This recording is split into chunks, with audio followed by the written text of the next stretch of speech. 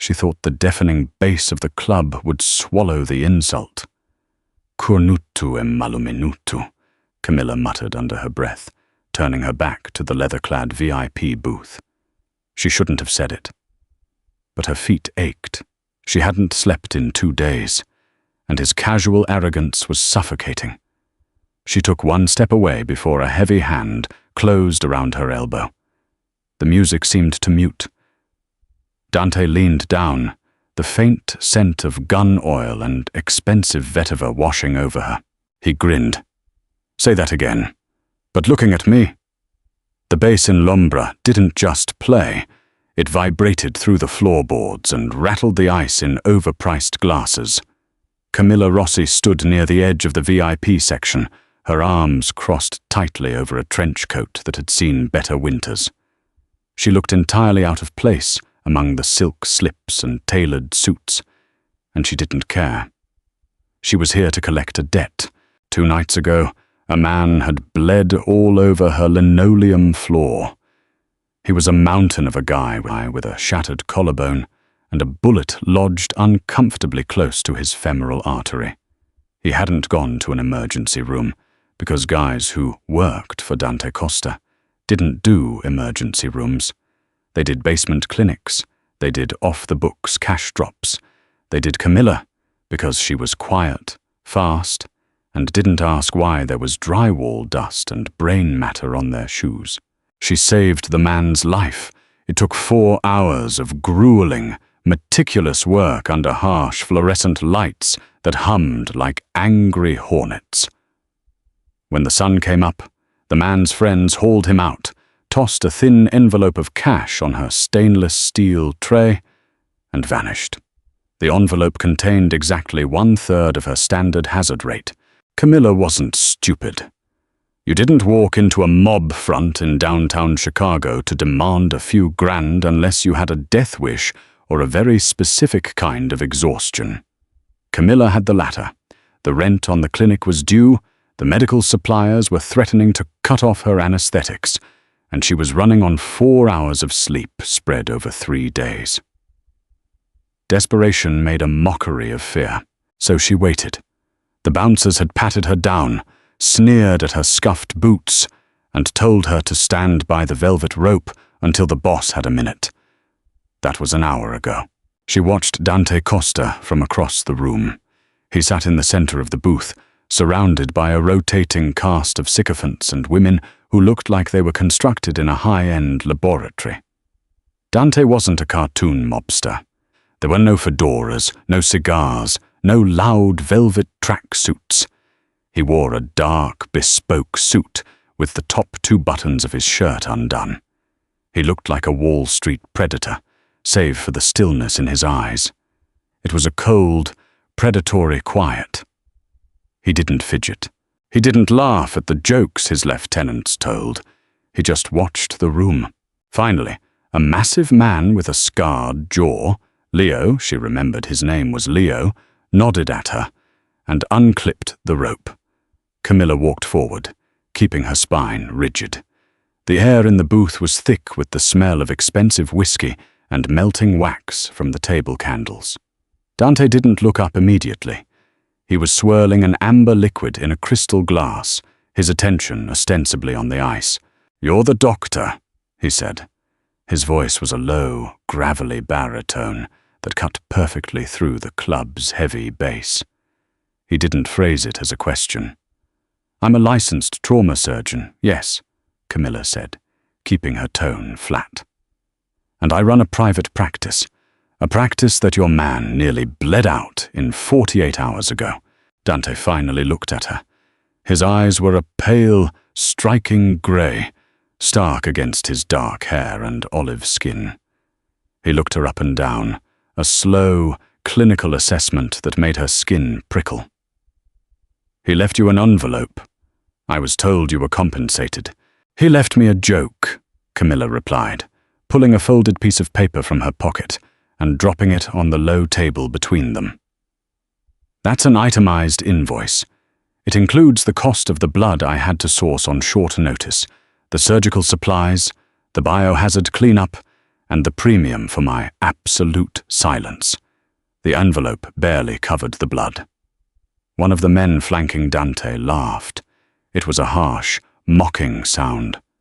Dante just held up a single finger, and the laughter died instantly. He leaned forward, picking up the piece of paper. He glanced at it, not really reading the numbers, then dropped it back onto the table.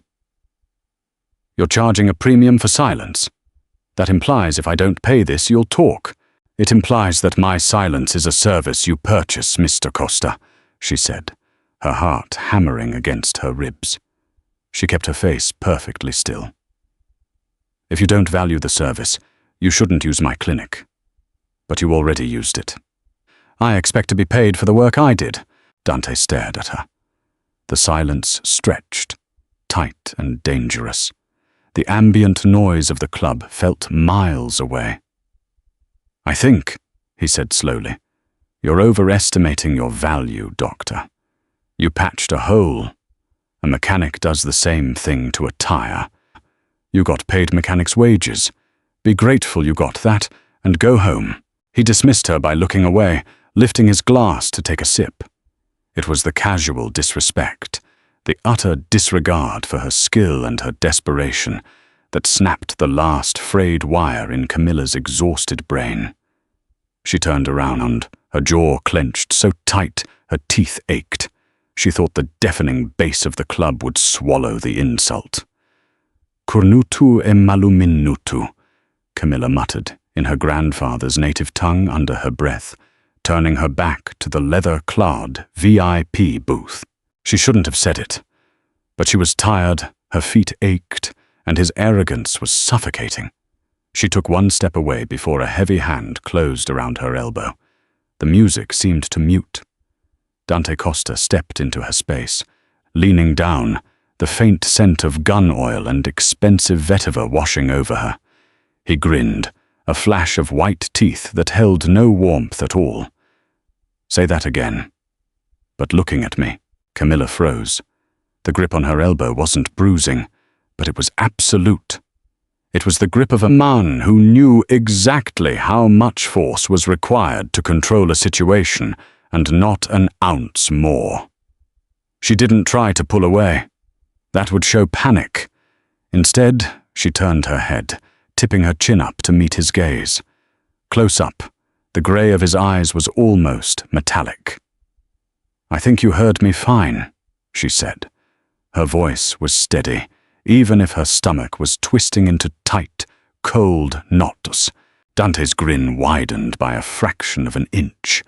The amusement in his expression was genuine now, replacing the bored indifference from moments ago. He didn't let go of her arm. Instead, he shifted his grip, his long fingers wrapping loosely around her wrist, and began walking toward the back of the club. "Hey!" Camilla started, stumbling slightly in her boots as she was forced to follow his long strides. "Leo!" Dante called out over his shoulder, not breaking his pace. "Bring the invoice." They bypassed the crowded dance floor, stepping through a heavy, unmarked velvet curtain, and then another set of solid steel doors. The transition was jarring. The moment the steel doors clicked shut behind them, the relentless pounding of the bass was cut off completely, replaced by the hushed, expensive quiet of thick carpets and soundproofed walls. Dante released her wrist as they stepped into a massive office. The room was dominated by a dark oak desk and floor-to-ceiling bookshelves. It smelled of old paper, leather polish, and unlit cigars. He walked around the desk, shucking off his suit jacket and tossing it over the back of a leather chair. Camilla rubbed her wrist, standing awkwardly near the door. Was the manhandling necessary? "You insulted me in a language I haven't heard since my grandmother died," Dante said, pouring himself a short glass of water from a carafe on his desk. He didn't offer her any. "I wanted to ensure we had privacy for the rest of this conversation. Sit." He pointed to one of the leather chairs opposite his desk. "I'd rather stand," Camilla said, "and I'd rather just take my money and leave. I don't want any trouble. You came into my club and called me a accursed bastard in front of my men," Dante said smoothly, leaning against the edge of his desk and crossing his ankles. "Trouble is already here, Dr. Rossi. Sit down." She hesitated, then walked over and sat on the very edge of the chair, keeping her back ramrod straight. She didn't want to sink into the plush leather. She wanted to remain ready to bolt. A quiet knock sounded at the door. It opened, and Leo stepped in, completely silent despite his size. He placed the folded piece of paper on Dante's desk, gave Camilla a blank look, and backed out of the room, closing the door softly. Dante picked up the invoice. This time he actually read it. His eyes tracked down the itemized list, his expression unreadable. $17,000, he read aloud. That's standard for a gunshot wound requiring general anesthesia, extraction, and post-op stabilization without a paper trail, Camilla said defensively. Is it? Dante set the paper down. You know, the last guy we used charged a flat $5 grand. And the last guy you used is currently serving 10 to 20 in a federal penitentiary because he left bloody gauze in his dumpster and kept a ledger in his glove box, Camilla shot back. I don't leave traces. I don't keep ledgers. I burned your man's clothes and bleached my floor so thoroughly I gave myself a migraine. You pay for the medical expertise, Mr. Costa. You pay extra for the ghost. Dante watched her. He was dissecting her, tearing away the bravado to see what was underneath. Camilla forced herself to hold his gaze. She was exhausted, practically vibrating with caffeine and stress, but she refused to blink first. You're bold for someone who works in a basement, Dante noted softly. Desperation looks a lot like boldness if the lighting is bad. It slipped out before she could stop it. A moment of bitter honesty. Dante's eyes narrowed slightly, catching the thread of truth. He reached into the top drawer of his desk and pulled out a thick stack of $100 bills bound by a paper band. He tossed it onto the desk. It hit the wood with a heavy, satisfying thud. 20,000, Dante said. Camilla stared at the money. It was more than enough. It was rent, supplies, and breathing room for 3 months. She didn't reach for it. Why 20? Consider the extra 3,000 a retainer, Dante said, pushing away from the desk and walking slowly around to her side. He stopped just behind her chair. She could feel the heat radiating from him.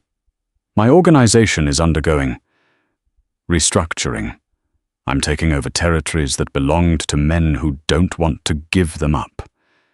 That means more bullets, more broken bones. I told you, I'm a doctor, not an employee. You're a contractor, Dante corrected, his voice a low rumble just above her ear. And from now on, you're an exclusive contractor. You don't work for anyone else in this city. You don't fix up any rival crews. When my men get hurt, they go to you. When you need supplies, you give Leo the list, and we procure them. Camilla gripped the arms of the chair. I can't run a clinic like that. If I stop taking my regular cash patients, people will notice. Your regular cash patients are junkies and battered wives, Dante said coldly. Keep treating them. I don't care about them. I'm talking about the underworld, Camilla. You belong to me now.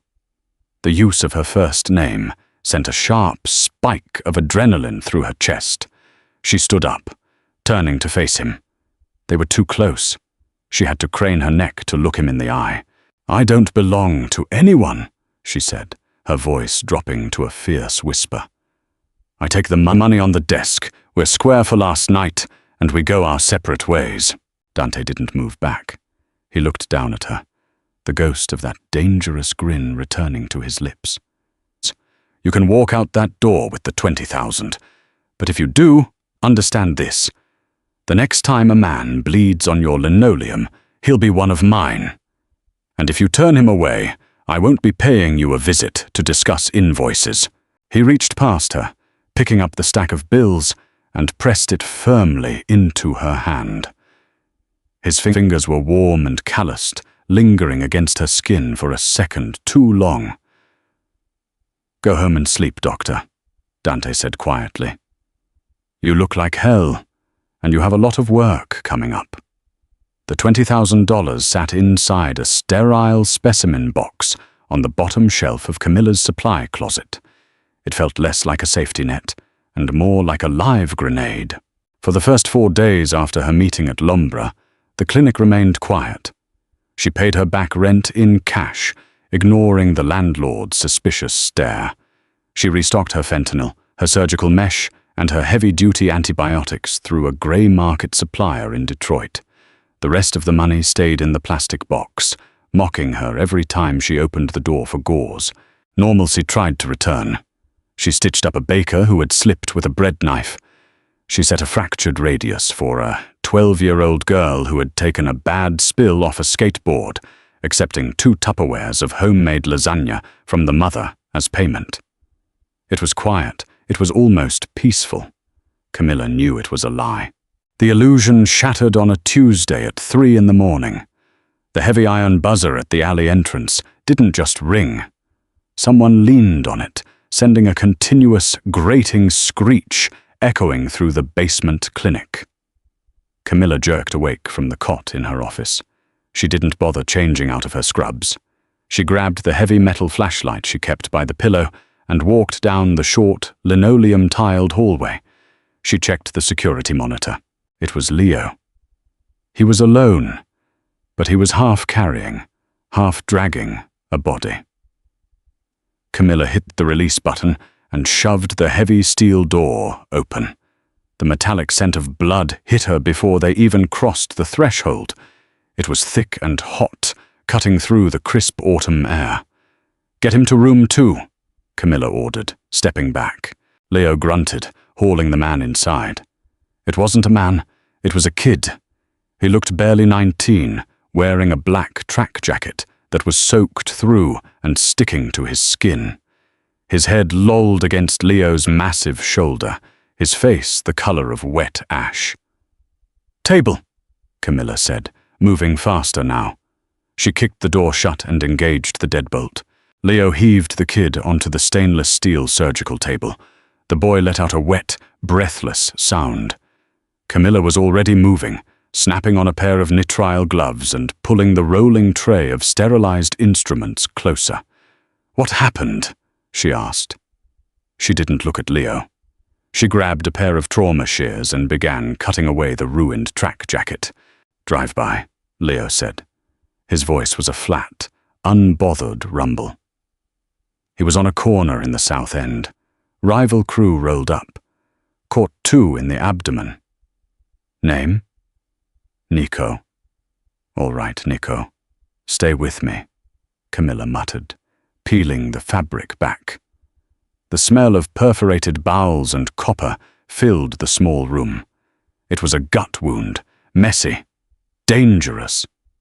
"Leo, go wash your hands at the scrub sink. I need you to hold pressure while I push the anesthesia. He's crashing." To his credit, the giant didn't argue. He moved to the sink and scrubbed aggressively. Camilla hooked Nico up to the monitors. His heart rate was a frantic, fluttering bird on the screen, his blood pressure plummeting. She found a viable vein in his left arm and pushed a rapid sequence induction dose. "Press here," Camilla instructed, guiding Leo's massive hands over the packed gauze on Nico's stomach. "Harder. Don't let up until I tell you." The next 3 hours were a blur of intense, mechanical focus. Camilla stopped being a tired woman in a basement and became a machine. She suctioned away the pooling blood, fighting through the slick, dark mess to find the damaged vessels. One bullet had passed clean through, missing the liver by a fraction of an inch. The second was lodged deep in the abdominal wall, having shredded a section of the small intestine on its way in. She clamped, sutured, and repaired. The harsh fluorescent lights beat down on her, sweat stinging her eyes. She didn't wipe it away. She operated in absolute silence, broken only by the rhythmic, synthetic beep of the heart monitor and the wet sounds of surgery. Leo stood in the corner the entire time. He didn't speak. He just watched her work, his heavy arms crossed over his chest. By the time Camilla dropped the last bloody clamp into the metal basin, her shoulders were screaming in agony. She sutured the incision with rapid, precise movements, applied a sterile dressing, and stepped back. Nico was stable. Barely. But he was alive. Camilla stripped off her blood-soaked gloves and tossed them into the biohazard bin. She leaned over the scrub sink, turning the hot water on, full blast. She pumped coarse soap into her hands and scrubbed until her skin was raw and pink. She watched the water swirl down the drain, turning from crimson to pale pink to clear. "He'll live," Camilla said to the mirror, not looking at Leo's reflection. "But he needs a hospital. I don't have an ICU here. If he goes septic, he's dead." "He stays here," a new voice said. Camilla froze. She turned around slowly, drying her hands on a rough paper towel.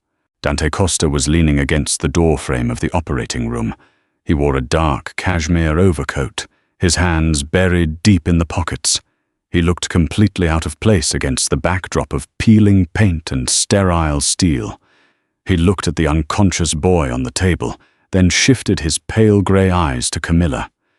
"He stays," Dante repeated, "and you keep him alive." "I'm a surgeon, not a miracle worker," Camilla said, tossing the paper towel into the trash. She walked past Dante, deliberately brushing too close to his shoulder to assert her space in the cramped room. "He has a perforated bowel. I repaired it. But the risk of infection is massive. If he spikes a fever, I can push broad-spectrum antibiotics. But if he needs life support, I have nothing." Dante turned, following her into the small adjacent office. The room was barely large enough for a desk, a filing cabinet, and a battered leather sofa. "Then make sure he doesn't need it," Dante said simply. He walked over to the desk and looked down at her haphazardly organized medical journals and empty coffee cups. "You took the money, Camilla. This is the job. The job was fixing your broken men," she snapped, her exhaustion boiling over into anger. "It wasn't running a black site recovery ward. I need sleep. I need help. I'm one person." Dante didn't raise his voice. He didn't need to. "Leo will stay. He can lift the boy, handle the perimeter, and fetch whatever you need. But Nico doesn't leave this basement. The police are looking for a gunshot victim from the South End shootout. If he walks into a real ER, he gets cuffed to the bed. Then he talks." "He's a kid," Camilla said, pointing a finger toward the operating room. "Why is a kid standing on a corner catching bullets for you? He's 19. In my world, that makes him a man," Dante replied. He finally took his hands out of his pockets, unbuttoning his overcoat. He sat down on the battered leather sofa, looking entirely too comfortable. He chose the life. He knew the risks. Just like you chose to open a cash-only clinic in a neighborhood where the cops don't patrol. Camilla crossed her arms, leaning against the edge of her desk. "Don't equate my clinic with your racket. I save lives. You ruin them," Dante chuckled. It was a dark, dry sound. "We both profit off the desperation of others, Doctor. You just get to wear a white coat while you do it."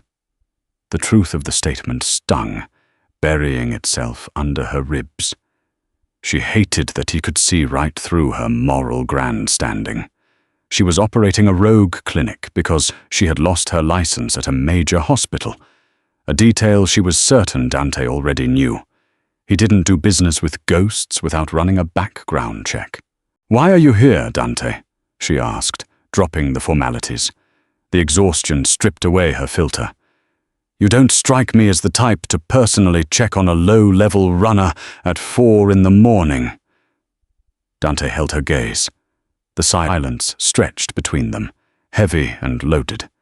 He looked at her blood-stained scrubs, her messy hair pulled back in a frantic bun, the dark circles under her eyes. "I came to see my investment," he said quietly. "Nico." "You." Camilla felt a cold shiver trace the line of her spine. "I'm not an investment. I'm a service provider." "You're an anchor," Dante corrected him. He leaned forward, resting his elbows on his knees. I told you things are shifting. The men I'm dealing with don't play by the old rules. They hit runners. They hit families. My crew needs to know that if they take a bullet for me, they don't bleed out in an alley. They need to know I have the best hands in the city waiting to put them back together. And you decided those were mine.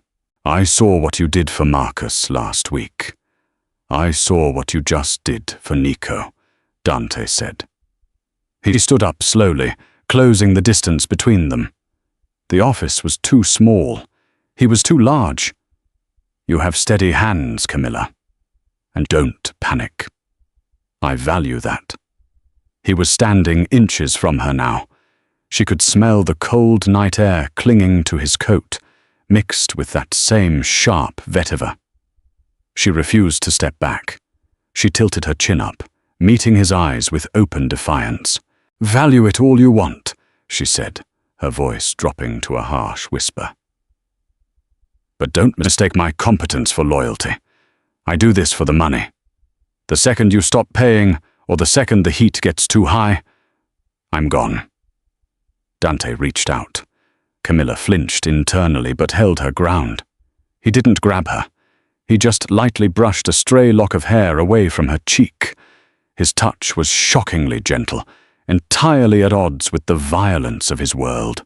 "You won't leave," Dante said softly, his thumb lingering near her jaw for a fraction of a second. "Why? Because you'll kill me?" "Because you need the chaos just as much as I do," Dante murmured. He stepped back, the brief moment of intimacy vanishing as quickly as it had appeared. He turned toward the door. "Leo has my number. Call if his temperature spikes. Otherwise, I'll see you when the sun goes down." He walked out, the heavy steel door clicking shut behind him. Camilla stood alone in the quiet office. She pressed 2 fingers against her own pulse point on her neck. It was racing. She looked down at her hands, still raw and red from the hot water. She hated that he was right. The clinic smelled of bleach, stale coffee, and the cloying, sweet scent of decaying tissue. Time in the basement didn't pass in days or nights. It passed in shifts of agonizing routine. Check the vitals. Flush the IV. Change the dressing.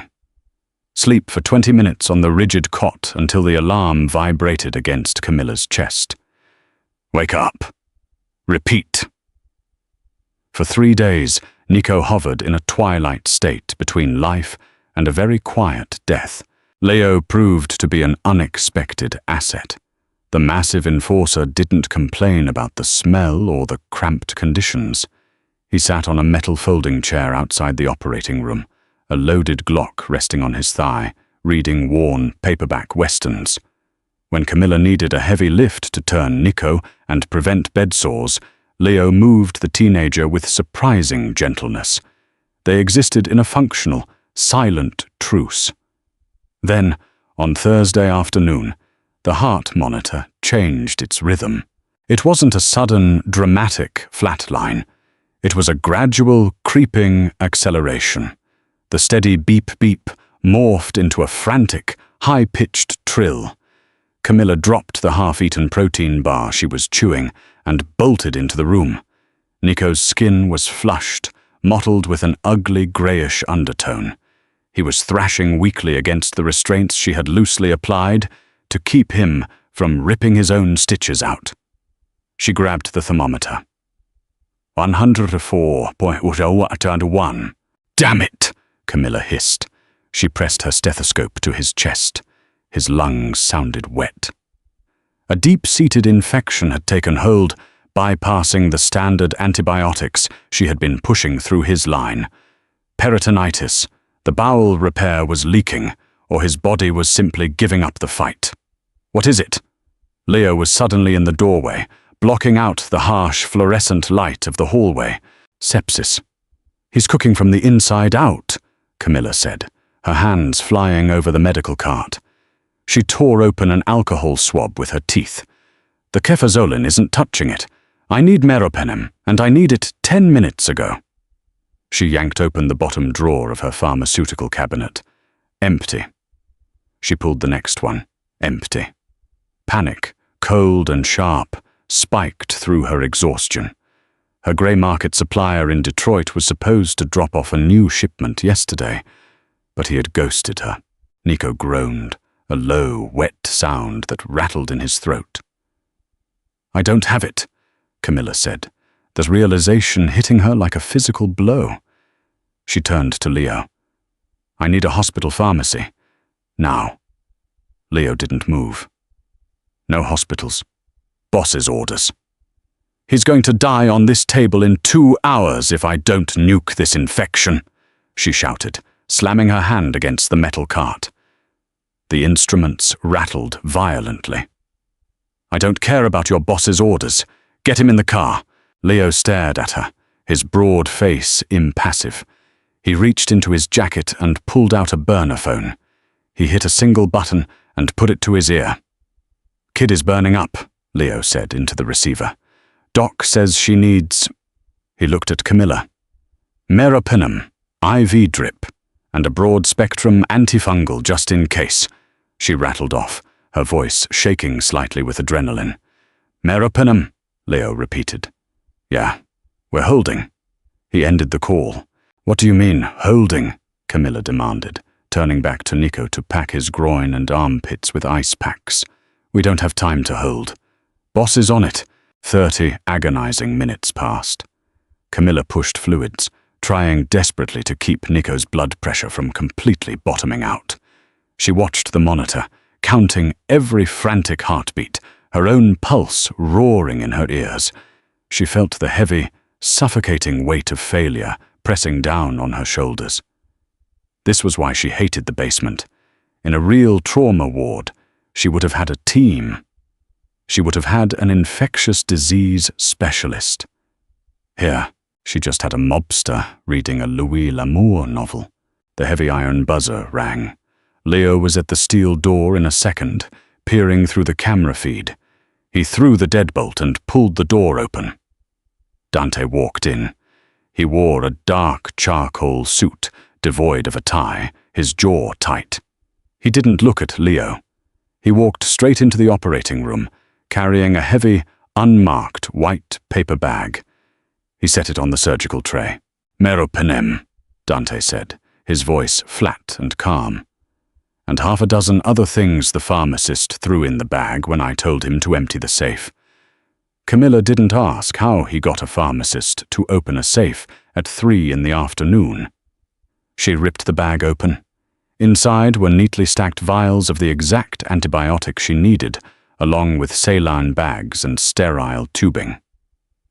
"You robbed a pharmacy," she stated, her hands already moving to prep the syringe. "I made a heavily coerced donation to a private clinic in the suburbs," Dante corrected smoothly. He stepped back, giving her room to work, but his eyes never left her.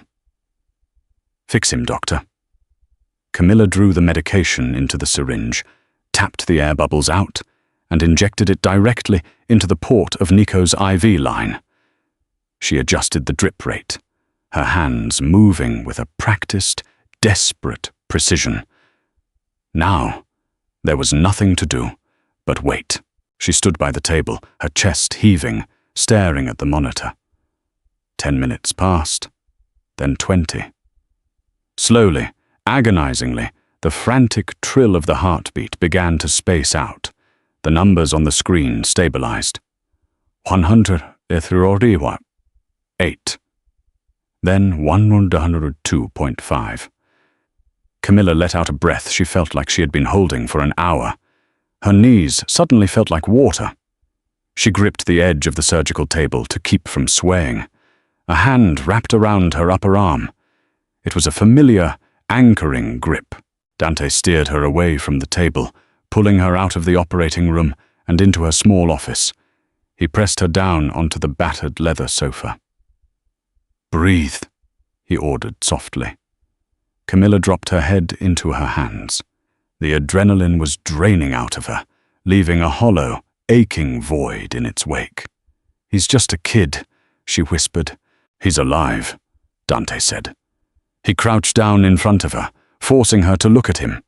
The metallic grey of his eyes held a strange, intense focus. "Because you didn't panic. Because you held the line.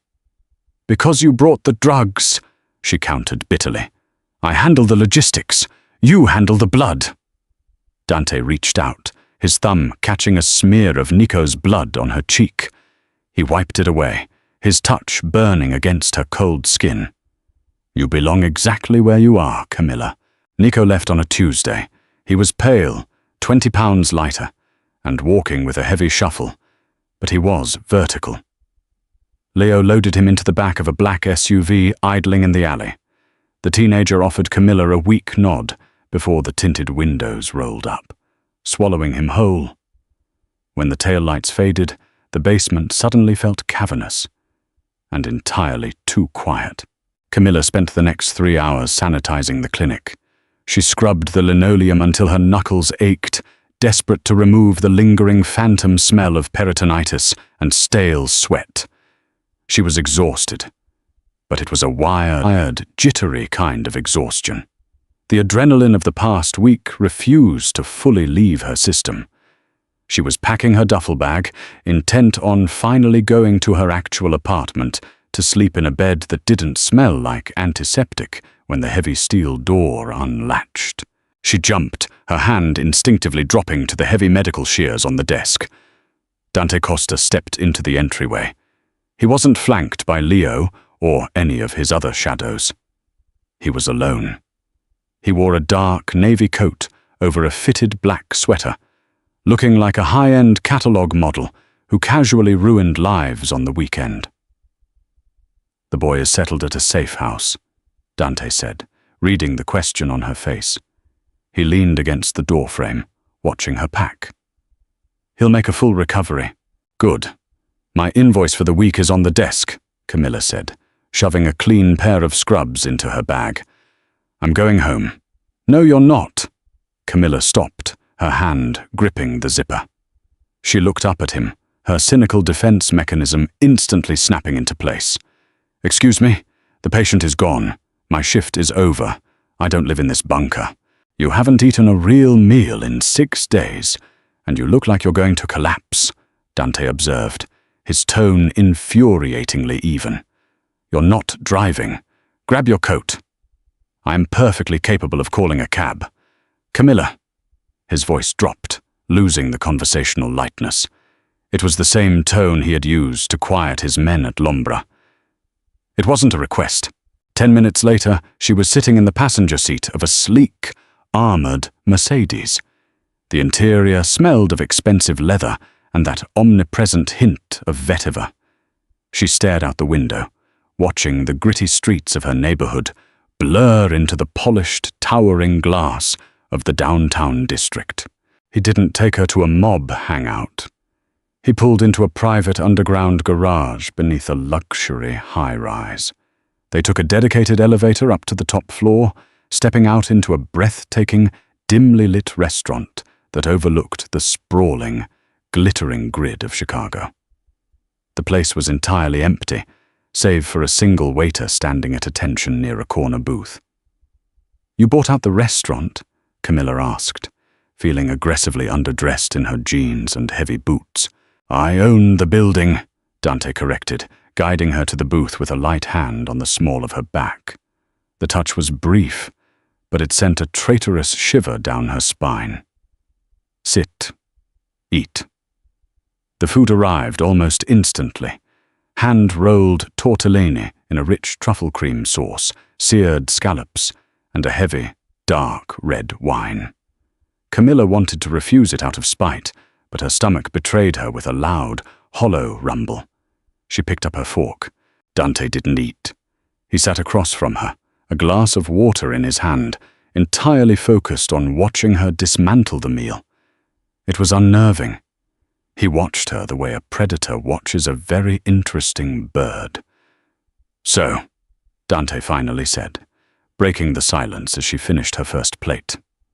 "Dr. Rossi, graduated top of your class at Northwestern, completed your surgical residency with honors. You were on track to be the youngest attending trauma surgeon at Chicago Med." Camilla froze, her fork halfway to her mouth. She slowly lowered it to the table. "You read my file?" "I read everything," Dante replied calmly. "What I couldn't find in the public record was why a woman with your pedigree is slicing bullets out of gangsters in a basement for cash." She reached for the wine, taking a long, deep swallow. The alcohol burned pleasantly down her throat.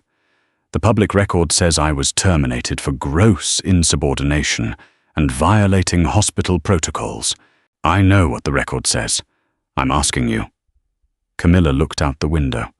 The city looked beautiful from up here, clean, distant, completely divorced from the blood and the grit she scrubbed out of her floorboards every day.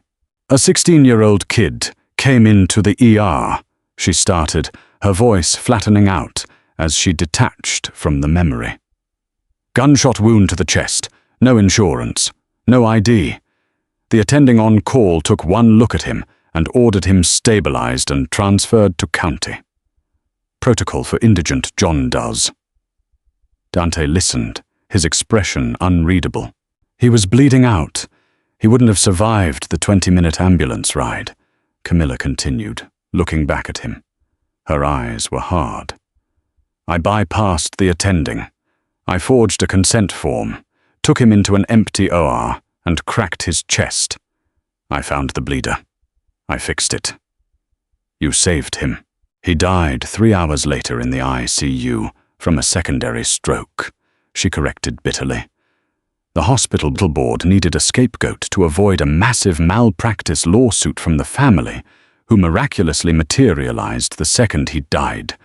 The attending threw me to the wolves. They stripped my license." Dante absorbed this. He leaned forward, resting his forearms on the white linen tablecloth. "You broke the rules for someone who didn't matter to the system." "I did my job, and the system punished you for it," Dante murmured. He reached across the table. He didn't touch her hand, but his fingers rested inches from hers. "You operate in the shadows now because the light rejected you. We have that in common." "We have nothing in common," Camilla said sharply, pulling her hand back. "You break rules for power. I broke them to save a life." Dante smiled. It was a cold, sharp thing. "Tell yourself whatever you need to, Camilla. But you didn't flinch when you saw my world. You didn't run when the boy started dying. You're cut from the same violent cloth I am. You just prefer to sew it back together instead of tearing it apart."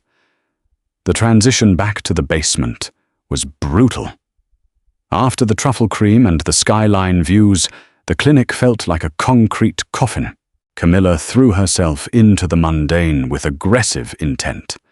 For 2 weeks, the underworld stayed quiet. She treated the neighborhoods discarded. She reset a dislocated shoulder for a mechanic who had slipped under a chassis. She stitched up a deep laceration on a waitress's cheek, listening to a tired, rehearsed lie about a falling cabinet door. She didn't ask questions. She just closed the wounds, took the crumpled $20 bills, and bleached the instruments. It was a Tuesday afternoon, raining with a cold, sideways persistence, when the illusion of safety shattered. Camilla was at the small scrub sink, washing a set of forceps, when the heavy iron buzzer screamed. It wasn't the rhythmic, code-like tap Leo used. It was a frantic, continuous blare. She dried her hands, her pulse immediately kicking into a higher gear. She walked down the short hallway and checked the grainy security monitor. It wasn't Leo. It was a man she didn't recognize, wearing a soaked canvas jacket. He was leaning heavily against the brick wall of the alley, clutching his side. Dark, viscous fluid was leaking between his fingers, washing away in the heavy rain. Camilla hesitated. Dante's rule had been absolute. When my men get hurt, they go to you. But this man didn't have the heavy, tailored look of Dante's crew. He looked like a street-level runner. He looked terrified. She hit the intercom button. "Clinic is closed." "Please," the man gasped, his voice tinny and distorted through the cheap speaker. "Leo sent me. South End crew. They hit the stash house. I'm bleeding out." The mention of Leo broke her paralysis. She threw the heavy deadbolt and shoved the steel door open. The man practically fell inside, bringing the smell of wet asphalt and fresh blood with him. Camilla caught him under the arm, grunting at the sudden, dead weight. "Table. Room 1. Move," she ordered, dragging him down the hall. She didn't get him to the table. Before they reached the doorway, the distinct, mechanical sound of a heavy engine roared down the narrow alleyway. The man froze, his eyes widening in absolute terror. He looked back at the open steel door. "Get down!" Camilla screamed. She tackled him, driving her shoulder into his uninjured side, sending them both crashing to the hard linoleum floor. The clinic erupted. The noise was a physical entity, a deafening, overlapping roar of automatic gunfire that swallowed all the air in the basement. The heavy steel door, thick as it was, couldn't stop the barrage from the street level above. High-caliber rounds chewed through the upper foundation, sending chunks of concrete, drywall, and splintered wood raining down into the clinic. The fluorescent lights overhead exploded in a shower of sparks and broken glass, plunging the hallway into a chaotic, strobing twilight. Camilla pressed her face against the cold floor, covering her head with her arms. The dust tasted like chalk and old copper. The man beneath her was screaming, a high, thin sound that was barely audible over the destruction. It lasted for maybe 20 seconds. It felt like an hour. Then, the tires screeched, and the engine noise faded rapidly down the alley. Silence rushed back in, heavy and ringing. Camilla lay still for a long moment, waiting for the secondary attack. When nothing came, except the hiss of a busted water pipe, she pushed herself up to her knees. Her ears were ringing with a high-pitched whine. She coughed, choking on the thick drywall dust suspended in the air. "Hey!" she rasped, shaking the man beside her. "Hey, look at me!" He didn't move. A new pool of blood was expanding rapidly beneath him, soaking into the white dust on the floor. One of the rounds that had ripped through the ceiling had caught him in the neck. He was gone. Camilla stared at the body. Her hands were shaking violently. She wasn't a soldier. She was a doctor. She fixed the aftermath of the violence. She wasn't supposed to be in the middle of it. The iron buzzer at the alley door didn't ring. Instead, heavy boots crunched over the shattered glass and debris in the entryway. Camilla scrambled backward, grabbing a heavy metal IV pole, hoisting it like a makeshift spear. Her breathing was ragged, tearing at her throat. A massive silhouette stepped through the smoke and dust. "Doc?" It was Leo. He had a heavy assault rifle slung across his chest, and his suit jacket was torn, but he was upright. Camilla dropped the IV pole. It clattered loudly against the floor. She leaned back against the wall, sliding down until she was sitting on the debris-covered linoleum. She pulled her knees to her chest, trying to force oxygen into her lungs. "They followed him," Leo said, his voice grim.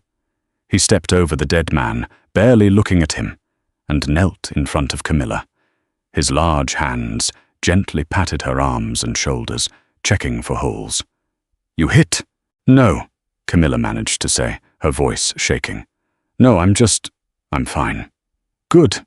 Leo stood up, shifting the rifle, "because the boss is outside, and he is not." The adrenaline that had just begun to recede flooded back into Camilla's system with violent force.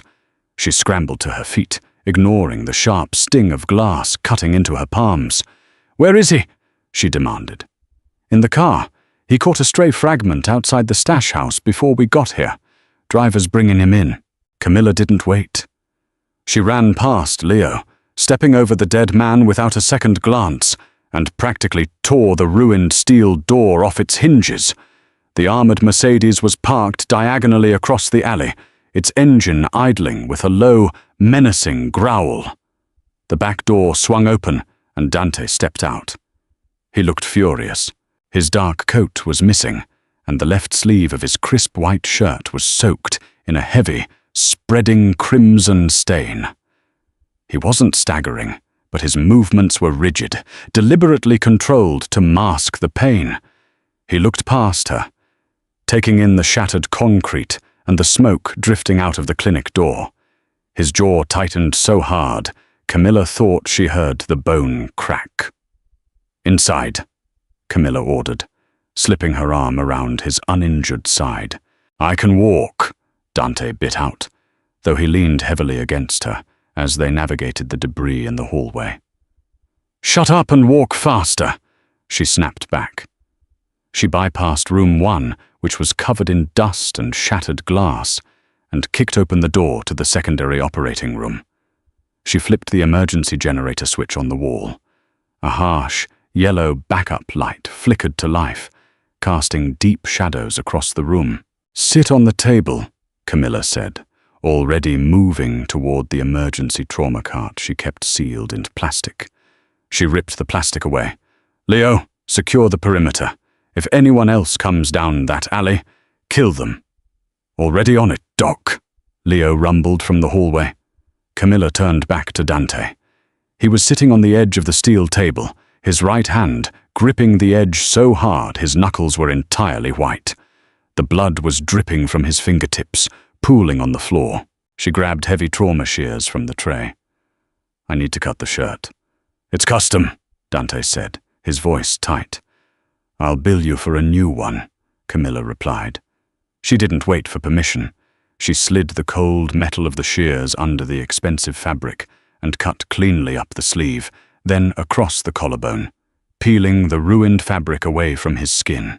He was heavily muscled, his chest and stomach crisscrossed with faded, silver scars that told a long history of violence. But Camilla's focus was solely on the jagged, bleeding tear in his left deltoid.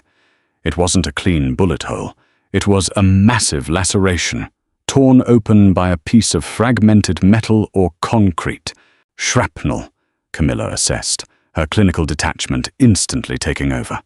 The panic of the shootout vanished, replaced by the cold, mechanical logic of anatomy. "It missed the brachial artery, but the muscle is shredded. I have to clean it out before I close it, or you'll lose the arm to infection." "Do it," Dante said, not looking at the wound. He was looking at her. "I don't have time to push a local anesthetic. The generators only run the lights. I can't power the monitors. You're going to feel this." I said, "Do it, Camilla." She grabbed a bottle of surgical iodine and a handful of sterile gauze. "Bite down on something." Dante didn't. He just maintained his unblinking stare. Camilla poured the iodine directly into the open wound. Dante's entire body went rigid. A sharp hiss escaped through his teeth, and the muscles in his jaw corded, but he didn't pull away. He didn't even flinch. She worked fast, picking out tiny, jagged pieces of metal and debris with forceps, flushing the wound repeatedly. The silence in the room was absolute, broken only by the metallic clink of instruments hitting the surgical tray and the ragged sound of Dante's breathing. "They crossed a line today," Dante said suddenly. His voice was raw, scraped hollow by the pain. "Don't talk! It raises your heart rate and makes you bleed faster," Camilla ordered, threading a curved needle with thick, black suture wire. "They didn't just hit my stash house," he continued, ignoring her. "They followed my man here. They shot up your clinic." "I noticed," she said dryly, tying off the first stitch with a sharp tug. Dante's breath hitched. They know about you. Camilla froze. The needle hovered above his torn flesh. She looked up, meeting his eyes. The grey irises were dark, dilated from the pain and adrenaline. "You're the ghost," Dante said quietly, the intensity in his voice pinning her to the spot. "They know I have someone putting my men back together. They want to cut my supply line. They want to kill my anchor." The reality of the situation crashed over her. She wasn't a neutral party anymore. She wasn't just a doctor providing a service in a basement. To the South End crew, she was a piece of Dante Costa's machinery. And in war, you destroy the machinery. "I'll have Leo pack your things," Dante said. He reached out with his right hand, his warm, blood-stained fingers wrapping firmly around her wrist. "You're moving into the penthouse." "I am not living with you," Camilla said, her voice trembling slightly. She tried to pull her wrist away, but his grip was unyielding. "You don't have a choice anymore, Camilla," Dante stated, his tone carrying the absolute weight of a verdict. "You can't walk away. They will find you. You are mine to protect now, and I do not lose what is mine." She stared at him, feeling the trap finally spring shut. She had thought she was manipulating the system, taking Mafia money to fund her own redemption. But Dante had pulled her deep into his orbit, and now there was no escaping the gravity. She looked down at the needle in her hand, then back up at the mob boss, who was bleeding on her table. "Let go of my wrist," Camilla said, her voice turning cold and professional once more. "I need to finish these stitches." Dante studied her face for a long moment. Then, slowly, the corner of his mouth curved up into a dark, knowing grin. He released her wrist. "Take your time, doctor," he murmured. "We have all night." The clinic was dead. Camilla stood in the center of the debris, a heavy canvas duffel bag slung over her shoulder. The backup generator hummed a low, dying note. Grey drywall dust settled over the stainless steel tray, coating the bloodstains on the floor in a pale, chalky film. She had spent the last 2 hours packing everything of value: scalpels, remaining antibiotics, surgical mesh, and the heavy titanium clamps she had bought on the black market. She wasn't leaving her tools behind for the cops to inventory. Leo waited by the ruined steel door, holding 2 massive Pelican cases filled with her monitoring equipment. He didn't rush her. The massive enforcer just stood in the shadows, his rifle hanging loosely at his side, watching the street level above. "We're clear, Doc," Leo rumbled. Camilla took one last look at the room where she had spent the last 8 months of her life. It was a miserable, windowless box that smelled of bleach and regret. She didn't feel an ounce of sorrow leaving it. She turned on her heel and walked out. The rain was coming down in thick, freezing sheets as they loaded the gear into a secondary SUV. Dante was already gone, whisked away in the armored Mercedes while she packed. Camilla climbed into the passenger seat next to Leo. She didn't look back as they pulled out of the alley. The drive through the city was a blur of neon streaks on wet glass. Camilla leaned her head against the cold window, the exhaustion finally catching up to her. Her hands were bruised, her boots were ruined, and she was technically an accessory to a gangland shootout. The cynical, rational part of her brain told her to demand Leo pull over, get out of the car, and buy a bus ticket to a state where nobody knew her face. But Dante was right. The South End crew knew about the ghost doctor. A bus ticket wouldn't save her from a bullet in a terminal. 20 minutes later, the SUV descended into the private underground garage of Dante's high-rise. Leo carried the heavy cases into the private elevator. He scanned his thumbprint, and the doors slid shut, rocketing them upward. The doors chimed and parted, revealing the penthouse. It was a sprawling expanse of polished concrete, dark wood, and floor-to-ceiling glass that offered a staggering 360-degree view of the Chicago skyline, It was silent, sterile, and aggressively expensive. Dante was standing by the massive window facing the lake. He wore a fresh pair of dark trousers and a loose black silk shirt, left unbuttoned at the top to accommodate the thick white bandages wrapping his left shoulder. He held a heavy crystal glass of amber liquid in his right hand. Leo set the cases by the door and vanished back into the elevator without a word. Camilla dropped her duffel bag onto the hardwood floor. The heavy thud echoed through the massive room. She stepped out of her muddy boots, leaving them aggressively on a pristine white rug, and walked toward him. "You need to ice that shoulder," she said, her voice flat.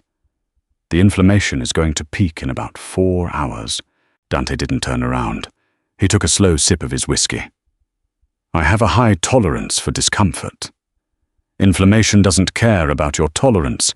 It compromises the sutures," she countered, stopping a few feet behind him. He finally turned. His face was pale from the blood loss, but the hard, predatory light in his grey eyes remained untouched.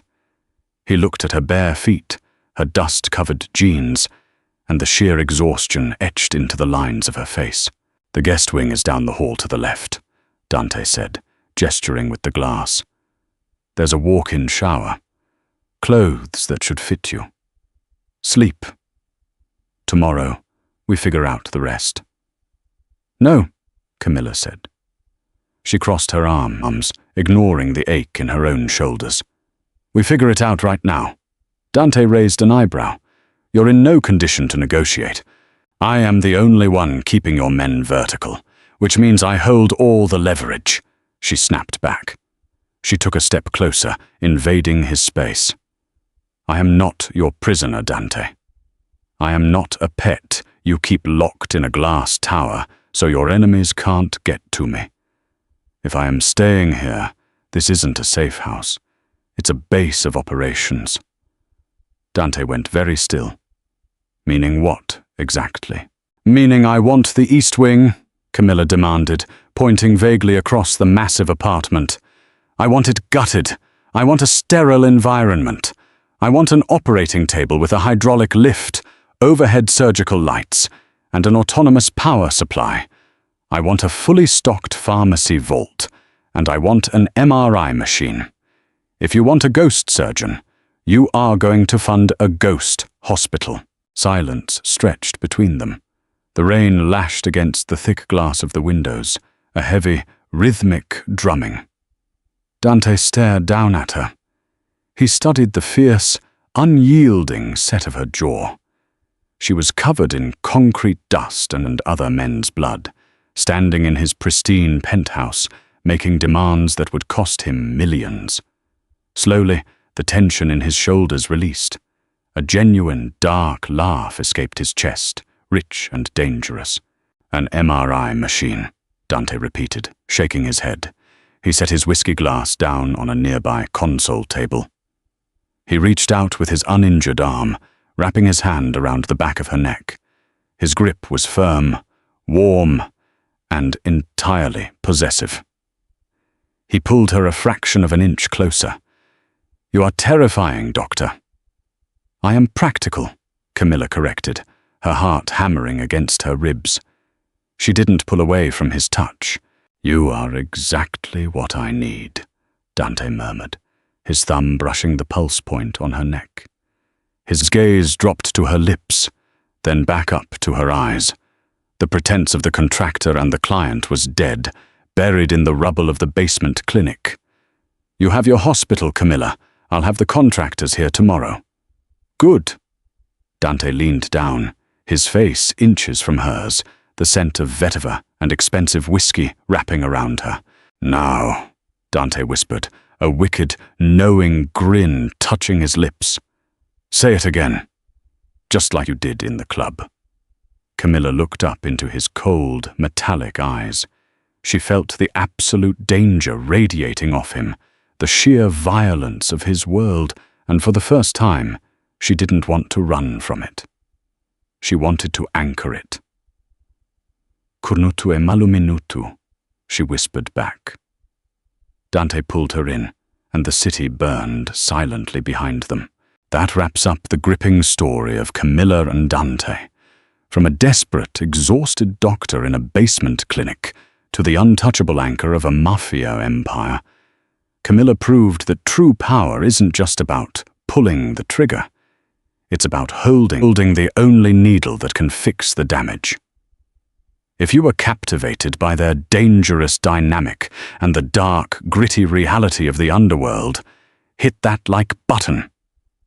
Share this video with a friend who loves a deeply human Mafia romance, and don't forget to subscribe for more intense, grounded storytelling.